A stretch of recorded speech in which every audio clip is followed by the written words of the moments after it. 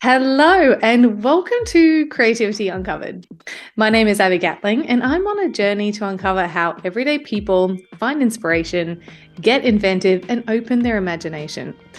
Basically, I want to find out how people find creative solutions and then how they use them at home, work, play and everything in between.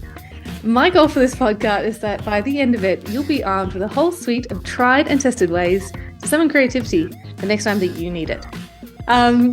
Today I am speaking with Kiara Johnson, who is a neuro-linguistic practitioner, hypnotherapist, and health coach. Now, in Kiara's line of work, she basically helps people make changes in their lives, including new ways of thinking, shifting their mindset, and getting rid of limiting beliefs. And these are all things that I think you can agree are extremely relevant when it comes to creativity. So welcome, Kiara. Hi, Abby. Thank you for having me.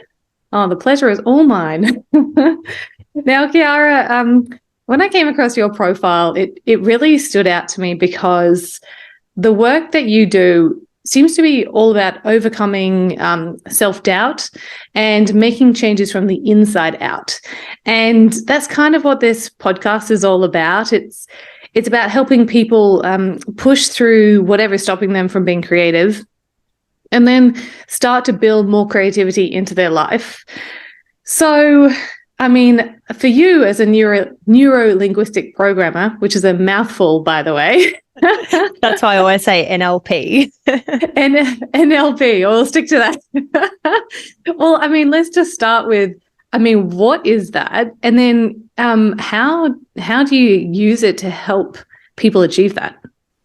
Yeah, absolutely. And it's a great question because it sounds fancy and it sounds like a lot, but basically I'm just trying to help people understand their language. So that's all it is essentially that brain communication. So what we're telling ourselves and how that actually affects our everyday life and our habits. Also, it's like managing your self-talk, really. Yeah, correct. And that's a huge part of what I help my clients with is really managing that negative self-talk. And it's not to all of a sudden become this, extremely positive person, because that's not what it's about. We're human. We're meant to experience like a range of emotions, but it's about when that negative self-talk actually stops you from doing the things that you want to do. That's where I can come in and help. Oh, wow. Okay. So it's kind of reframing it or compartmentalizing it, or like what do you mean? Yeah, it is reframing it. Yeah, that's part of the thing, but it's more about initially getting down to what's actually stopping that person from following through on the things that they want to do. So for example, from a creativity perspective, if someone is constantly getting those creative blocks, or they've been wanting to start this thing and they're constantly almost like pushing up against a wall, like they just can't work out why they can't just gain momentum and just continuously follow through. That's an example of there's something going on deep down. And when I work with those clients, it's about essentially like peeling back the onion layers. That's how I explain it to my clients. We're just trying to peel back those layers and figure out what is actually stopping you. Now, Right. For a lot of my clients, that underlying limiting belief is that they don't feel good enough. They don't feel good enough. Yeah. Wow. Okay. So like this kind of imposter syndrome almost. Yeah, essentially. Yeah. And sometimes it's just that we don't have the language or the awareness around what's actually going on with us. So for example, you might be procrastinating quite a lot on something and you just can't understand why you're procrastinating. So then you'll go and Google some motivation advice because you think you have a motivation problem. And essentially, like from a shallow perspective, it's motivation, but really underneath, you could be overthinking and procrastinating because you've got that perfectionist mindset. Right. So once you figure out why people are, stopping themselves from even starting, Yeah. you give them sort of a plan to address that, or? Yeah. So we first of all uncover what's going on and start to work out, okay, well, what really is the problem? And that can sometimes take a couple of sessions to figure that out. And then, like you said before, about reframing the problem and reframing their language, and then actually working out, okay, what is it that you really want to do? And let's create a plan to help you follow through with your plans. Because a lot of the time I find with my clients is that we're breaking our own self-trust. So we're not following through on the things that we said we were going to do.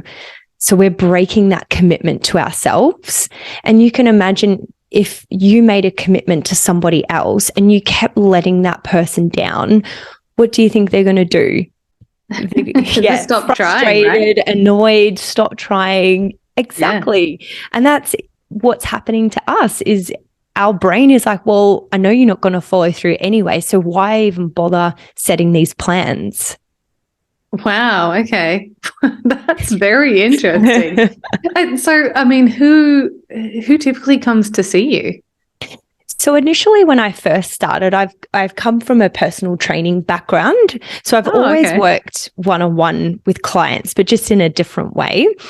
And so, of course, people were coming to see me because they wanted to lose weight. So they thought, okay, if I can just sort out this exercise problem and sort out this nutrition problem, then everything's going to be great. Like I will be fit, I'll be healthy, I won't have any problems losing weight. But what I came to discover over the years of personal training is that it's not just about the exercise. It's not just about the nutrition. It's about the way that you're approaching those things. And that's what led me to think, okay, there's got to be another way to help people, like, because just writing them an exercise and nutrition program isn't working, because I'm not there with them when they're at home making those choices. They're making that choice to drink that bottle of wine instead of maybe having a cup of tea. And it's easy to say, oh, you know, just have a glass of water or have a nice herbal tea instead of the wine. And that's a case of easier said than done. It's because of an underlying belief that's leading that person to do that. Like they're not managing their stress and managing their self-talk. Wow. Yeah. I mean, that's so true. It's, you know, we all kind of know what you need to do to be healthy. Yes. And quite often we know what the right path is. It's just that we don't have the motivation or the inclination to actually do that. And so I guess you're right. Like if you're giving someone a plan for their fitness or a plan for, you know, reframing their self-talk, you've also got to tap into why they want to do that as well. Otherwise, they're just not going to commit to it. Yeah, absolutely. Right. So how do you tap into finding people's motivation for that? Yeah. And motivation, it's funny that you bring that up because I think I mentioned that before, as we always think that motivation is the problem. It's like, oh, if I could just get motivated enough, I would be able to finish that creative project, or I would be able to exercise consistently. I'd be able to eat really well. It's just because I'm not motivated and I don't know how to get motivated. That's often what clients are coming to me about. But when we get down to it, it's not the motivation that's the problem. And then if we find ourselves just following that sort of generic motivation advice, then we're not really dealing with that root cause. So yeah, it's about dealing with that root cause, helping the client reframe, and really helping people build self-trust. Because I think that's something that we don't realize that disappears is, you know, when with creativity is if we're wanting to do this project and we keep letting ourselves down, is then we get to the point where it's like, why even bother? Because I know I'm not going to follow through anyway. Yeah, wow. It's kind of like this self-fulfilling prophecy almost. Absolutely. Yeah, wow. So that's my job, is to help break that cycle. Wow, wow. And you mentioned perfectionism before, and Yeah. when we spoke a couple of weeks ago, we had a really great chat about creativity and perfectionism. Mhm. And what was really interesting to me was that, we kind of all think that perfectionism is one of these things you're like, oh, I'm a gold star student. I'm such a perfectionist. And it's kind of a good thing. But you sort of were saying that sometimes it's not a good thing. It's not necessarily a good thing. Can you tell me a little bit more about that? Yeah, sure. And I've only come to discover this in the last couple of years as well. And it's about how we can actually use that mindset to our advantage rather than it being a disadvantage for us. So let's go back to, say, for example, when we're in school or university or college, if you've got that kind of perfectionist mindset, it's about, you wanting to get that gold star, for example, or you wanting to get that good grade. And it doesn't matter essentially about the effort that you put in. Like, you could just do things at the last minute. And some people say, oh, I perform better at the last minute. But it's almost like as long as you just do what you need to do to get that grade, then you feel good enough. Because it's like, okay, yes, I've got the good grade. Like, I feel good enough now. And so we're constantly trying to get that validation. But then what happens is we get out of that school system and we go into employment. Now, as your listeners might be aware, is that, we're not constantly getting that gold star in employment. Like, you need to show up, you need to do your job, you get paid. Like, that's your gold star, is, you getting paid. And of course, you might get promoted, but those things aren't happening all of the time. Mm.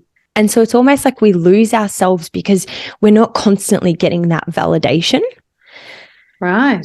And that's where we get caught up in, if you start to then, it doesn't really pop up in employment, but rather when it comes to starting your own business or having your own creativity project, this is where that perfectionism mindset, or what we also know it as the fixed mindset, that's where it can catch us off. And that's where sometimes the overthinking, the procrastinating, that kind of all or nothing mindset, you do everything perfectly or you don't do it at all. And that's where, for me particularly, it started to show up again, is when I started my own business. I found myself like overthinking just really basic things. For example, my website. I would spend hours upon hours upon hours trying to find the right words, trying to find the right graphics, the right colors, because I just thought, if I can have this looking perfect, then people will take me seriously. I can't show up with this kind of half-assed website because then people will think I'm not professional enough. So I need to make sure that my social media posts, like everything looks good so that I can come across as being good enough to people. Yeah, wow. I mean, I definitely empathize with you in that sense. Yeah. And so you recognized in yourself. How did you break through that? Yeah. And an important component to understand here is that I wasn't consciously thinking, if I can just look perfect, then people will take me seriously.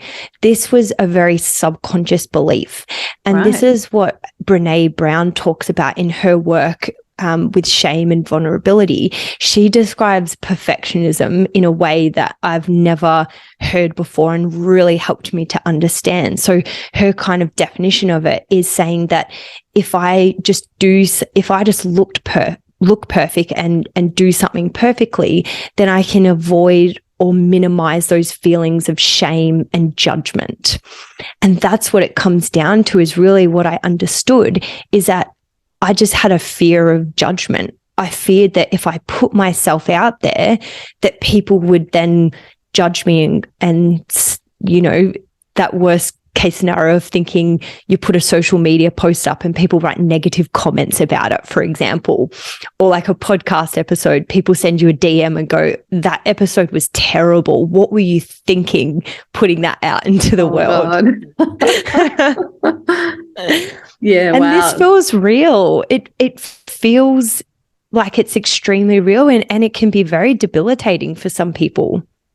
Oh yeah, I can imagine if you are overthinking about all the what ifs, especially all the negative what ifs, Yeah. you'd be stopped in your tracks really, and you wouldn't do anything.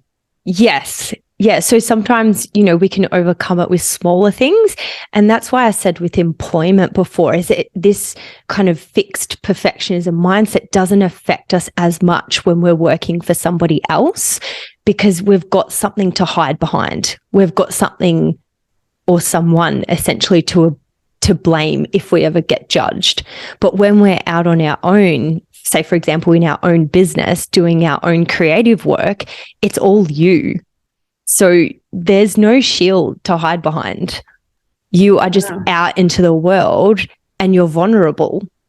Yeah, wow. I can imagine it'd be the same with like a team-based sport versus a very singular sport like, tennis or golf or something like that.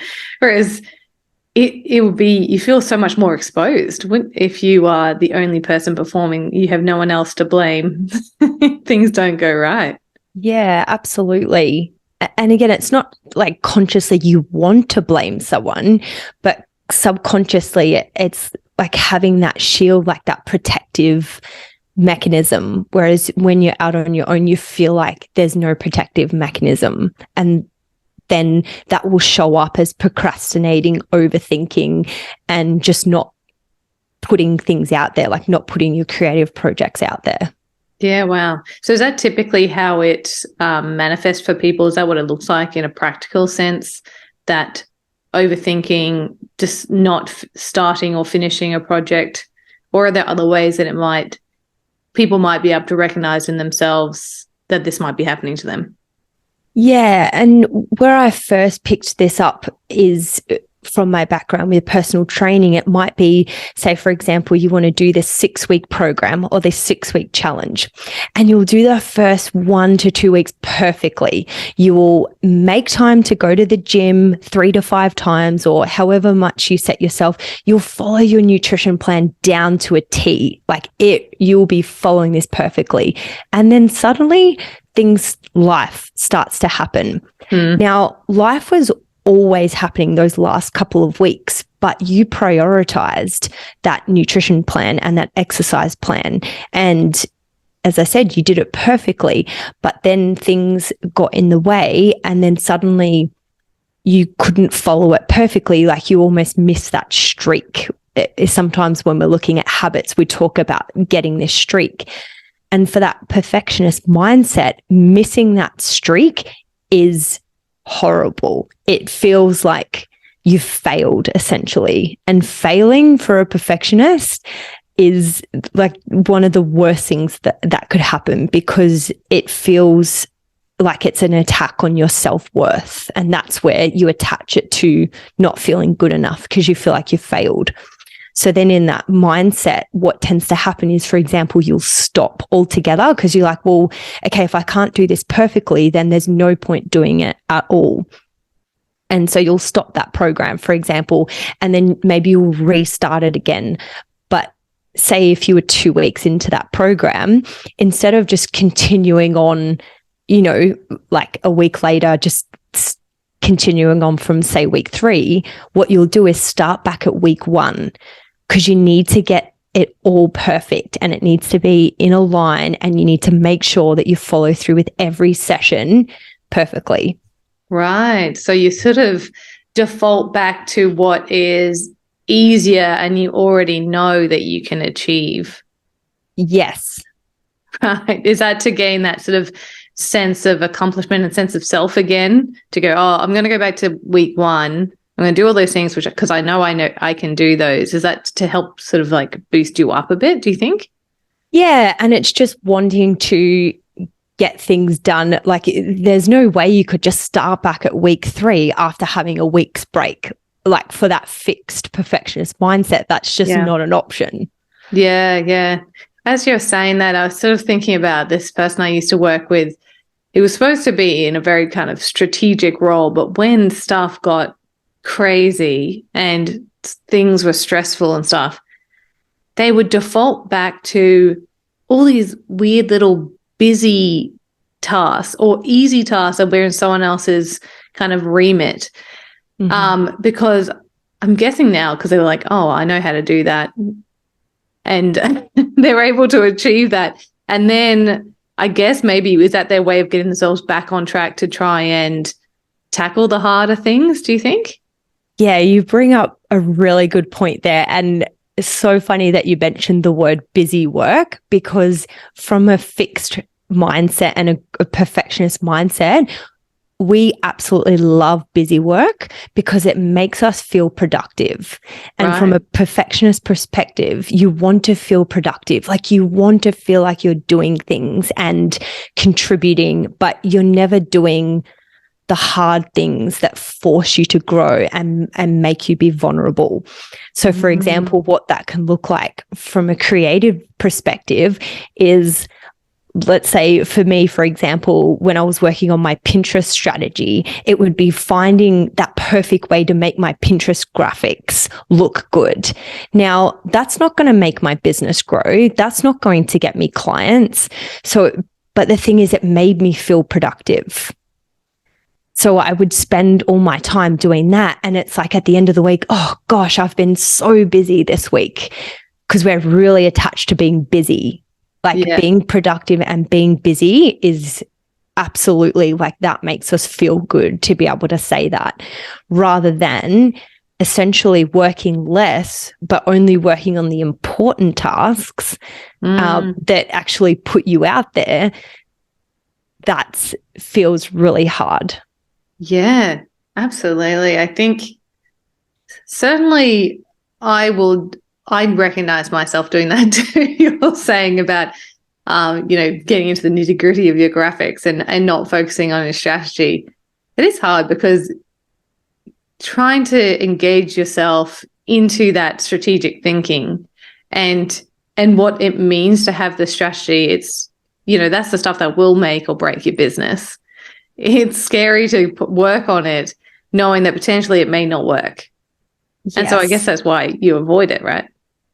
Absolutely. And then along with that comes that self-trust. It's you yourself knowing what things are going to move your business forward and having that trust in yourself that if you set yourself that task, that you're going to follow through with it. But what happens is when we're in that really fixed mindset, we'll kind of set that task and it'll come time to do that task. And then we find all the excuses in the world not to do that task. And we end up doing all that busy work because we say, oh, we're too busy to do that thing. That scary thing, we're too busy to do that because you're so caught up doing all that busy work that really, if you look at it, it doesn't matter. Like that's not the thing. Like choosing the right colors for your Pinterest graphic is not going to move your business forward. Yeah. It's nice and it's fun, but probably not the best use of time.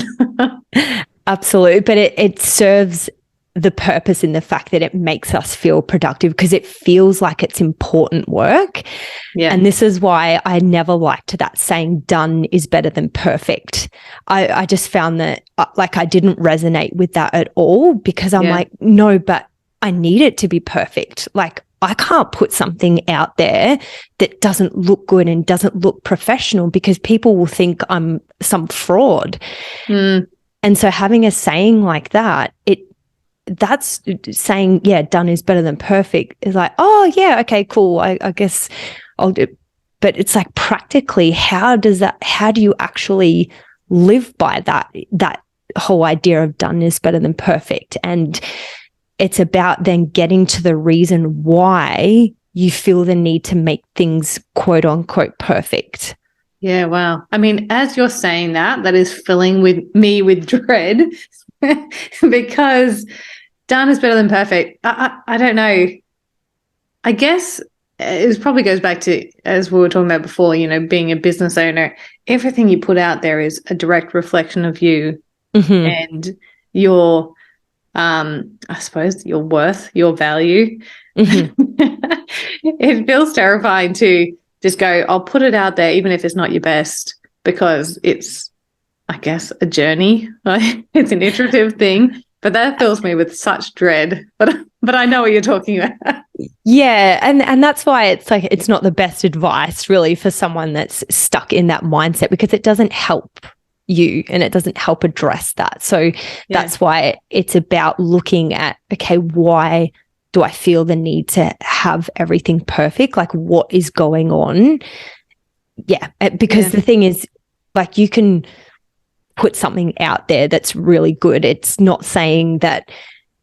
It's more about the fact that you feel the need to spend hours upon hours on something that could have been done in 30 minutes and could have been done really well in 30 minutes. Yeah, yeah. It seems like too big of a jump for someone who's in that perfectionist mindset, just to be like, just done is better than perfect. It seems like way too much of a leap. I feel like you'd need to, there's some type of middle ground, like you said, that it should still be good, but it doesn't have to be perfect. Yes, but that we're not going to understand that and not going to comprehend that, because the real reason why we feel that way is because we fear getting judged. Yeah. Wow. Oh yeah. So by saying, oh, just put something out there, even if it's not perfect, doesn't matter. No, it does matter. In my mind, it does matter. I don't care what you say. Yeah. Essentially is, what's going on for some people that are stuck in that mindset. And the important thing to recognize is that just doesn't then have to be who you are. It's all it is it's just a set of beliefs, which essentially is protecting you, or it's almost like to help avoid that shame. So this doesn't have to be a bad thing or a negative thing or anything. It's just about you working out the best way that's going to work for you, rather than trying to follow all this generic advice. So say, for example, for a habit, if I think like James Clear mentioned is in his Atomic Habits. Oh, yes, Atomic Habits. Yeah. Atomic Habit. And everyone talks about this book, and which is fantastic. But he talks about a streak and about not sort of missing a day on something. But again, from that perfectionist point of view, is we when we try and focus on that streak, that's what really draws in that mindset, and it works negatively against you rather than working with you. So it's about finding ways that you can build habits in a way that's going to work for you and support that mindset, rather than trying to, like I said, follow generic advice. Yeah. It's crazy, because as you're saying that, I'm just thinking about, there's so much marketing and like the gamification of products and services it's all about that streak, and you've got to keep logging in every day. Like, for example, my family are obsessed with Duolingo. My mother's learning Swahili for some reason, but they're French and German and whatever. And the whole premise of Duolingo is these streaks. You have to log in every day. You have to do your stuff every day, and you get points for doing that. And as soon as you miss one, there's all these consequences. I don't know, you lose points. Everyone in your group gets told that you've lost your streak. And there's like so much shame in that I've been over and, been at my parents' house, and it's 5 minutes to midnight, and they're like, oh my gosh, I haven't done my daily streak or whatever it is. And they are frantically finishing off their little lesson for the day because they're worried about all these negative consequences that come in this app that's really kind of inconsequential. Yeah. It really is playing on people's perfectionism. Absolutely. And if you are really caught up in that mindset, that is going to be something that will really bring on that shame. Yeah. Whereas if you say, for example, you were in the growth mindset about the thing that you're doing, because we can be in like a fixed or growth mindset in different areas of our life, like relationships, finances, career, work, So, and health was the other area I was thinking. So you can be in different mindsets about different habits depending on, you know, how you think about them.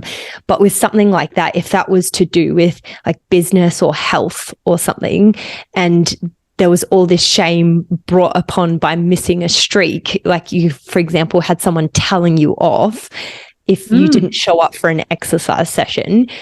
For some people, yes, that may work and that's great. But for other people, that would just send them into a negative spiral of, I knew I couldn't do this. I knew I wasn't good enough to follow through, and so on and so on. Yeah, yeah. And I've missed it now. I can't possibly catch up. So there's no point trying.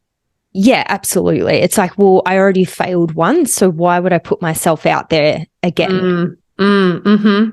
So now, like, knowing about perfectionism and how can we work with it to get the best possible results? Because you're never going to get rid of it 100%, right? I suppose you're just going to try and use it to your advantage. Absolutely. And getting rid of it is not really the goal. It's not helpful. It's more about learning how to work with your brain and with your mindset and understanding like what makes you tick. How do you work best? You know, and then we talk about, say, for example, routines. Like some people work really well at nighttime and other people work really well in the morning. But it's like society will tell you, and there's all these books that will tell you, like, get up in the morning and, you know, do your workouts and everything in the morning because that's going to set you up for success. Yeah. Well, yes, that's great advice, but for some people that may not work. And so it's about really understanding yourself and having the awareness of where is your negative self-talk letting you down? Where is it really holding you back from the things that you want to do? So firstly, getting that understanding of yourself. And then, as I said, you can really then design your life and help create habits in your life that are going to work with you. And that includes like planning in a way that is going to work with your mindset rather than against it. So, for example, a to-do list is like perfectionist and that fixed mindset. Like a to-do list is the worst way that you can work because you're constantly adding to it. And then you're always going to choose that busy work. Like you're not then identifying what's really going to move the needle with your health or with your business, whatever it is that you're trying to work on. And then we also want to try and work on all these things. Like we want to start meditating every day. We want to start journaling every day. We want to start exercising, but then we want to work on our business. But then we also want to read this book. And then we also want to do this creative task. So it's just like a to-do list is just not a great way to work if you're in that mindset. Yeah, I've definitely seen people who love to-do lists that they when they complete something that's not on the list, they'll write it on the list just so they can check it off again. Absolutely. Yeah. And we want the pretty planner to go with it as well. We need that perfect calendar, that perfect planner. And if it's messy, we need to buy a new one. And yeah, it's just, again, but it feels productive and it feels responsible to be doing those things. And someone is probably not realizing that that's actually working against them. Yeah, wow. So do you have any tips or strategies for people to start to shift their mindset around this? Yeah, definitely. An easy one is to start to look at, okay, well, what area in your life do you really feel like this is affecting you? So whether it was your health, whether it was your career or business, your relationships, that's also another big one that I help people out with because it's affecting the boundaries that they set with people pleasing, because from that perfectionist mindset, like we love people pleasing. Wow. Because it makes us feel good. Yeah. So that's another big way. But anyway, back to your original, I'll probably then go off on a tangent on people pleasing. So maybe that could be for next time. Yeah, I was going to say that is a whole other topic, which would be so interesting to delve into. Absolutely. And boundaries is another big one. So it's first of all, just taking a few minutes out of your day to just, in a quiet place, or maybe out for a walk and not listening to music or not listening to a podcast, but also make sure you listen to this podcast episode. Yeah, definitely do that. Yeah. Yeah. But again, we love that feeling of being productive. So going for a walk and listening to a podcast episode, it's like, oh my gosh, that is like 2 for 1 here. I'm doing both things at once. Yeah. So again, it makes us feel really accomplished. Anyway, I've just gone off a tangent again, but just, go for a walk for, 10 minutes or so without any distractions. And just start to really think about, okay, what area of my life do I feel like I've got this really sort of fixed mindset in terms of that negative self-talk, and I feel like I've been wanting to improve on this area, but I just can't seem to break through. No matter what I do, I just, I keep getting that pushback and keep having to feel like I'm starting over. So first of all, have a think about what area, and then have a think about, okay, well, when it comes to doing the thing that I want to do, what am I telling myself? What are those thoughts that come up? So for example, if maybe you're really wanting to exercise in the morning and you keep setting your alarm for 6 a.m., but when it comes time to 6 a.m., you ignore the alarm, you push snooze, you don't get up, and you miss that exercise session. So essentially you've let down that commitment to yourself. So it's figuring out, okay, well, what thoughts are going on in my head when it comes to that time that I'm not following through on what I said I wanted to do. Because remember, these are the plans that you're creating for yourself. No one's creating them for you. No one's telling you have to do these things. You're the one that said you wanted to do it. So what's stopping you? So it's getting an understanding of what specifically is stopping you from doing that. And that's simply being aware of what you're telling yourself when it comes to crunch time. Wow. And of course, they can contact you as well as another tip or strategy. Yeah, absolutely. Let's have that as the third strategy. Because how do you work with people? Is it a one-on-one thing, or is it group-based, or how do you support people?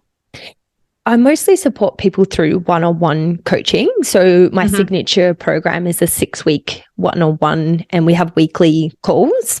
And then I'll also give you some homework to do in between. And then we keep in contact throughout that week as well, just to see how you're going.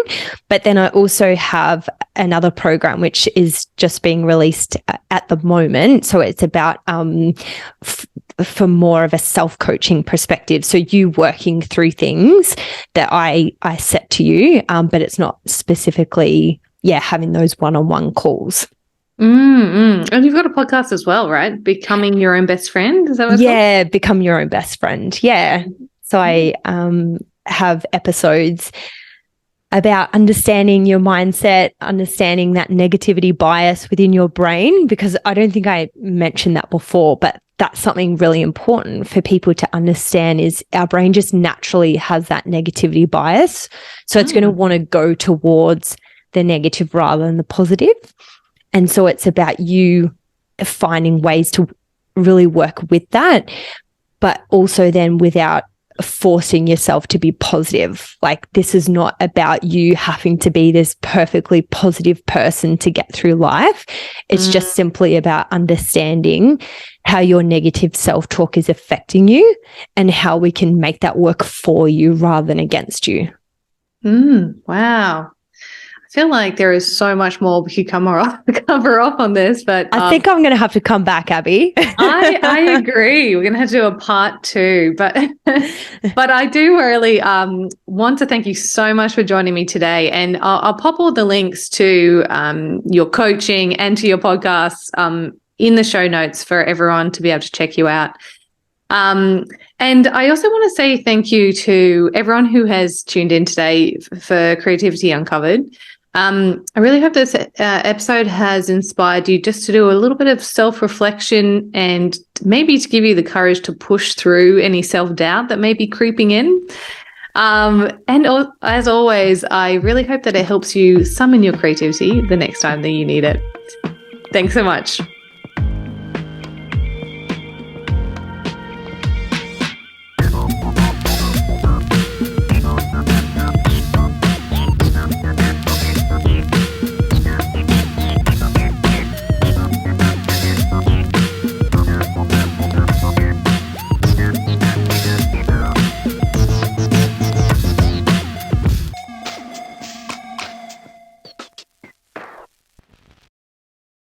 If you've made it this far, a huge thank you for your support and tuning into today's episode.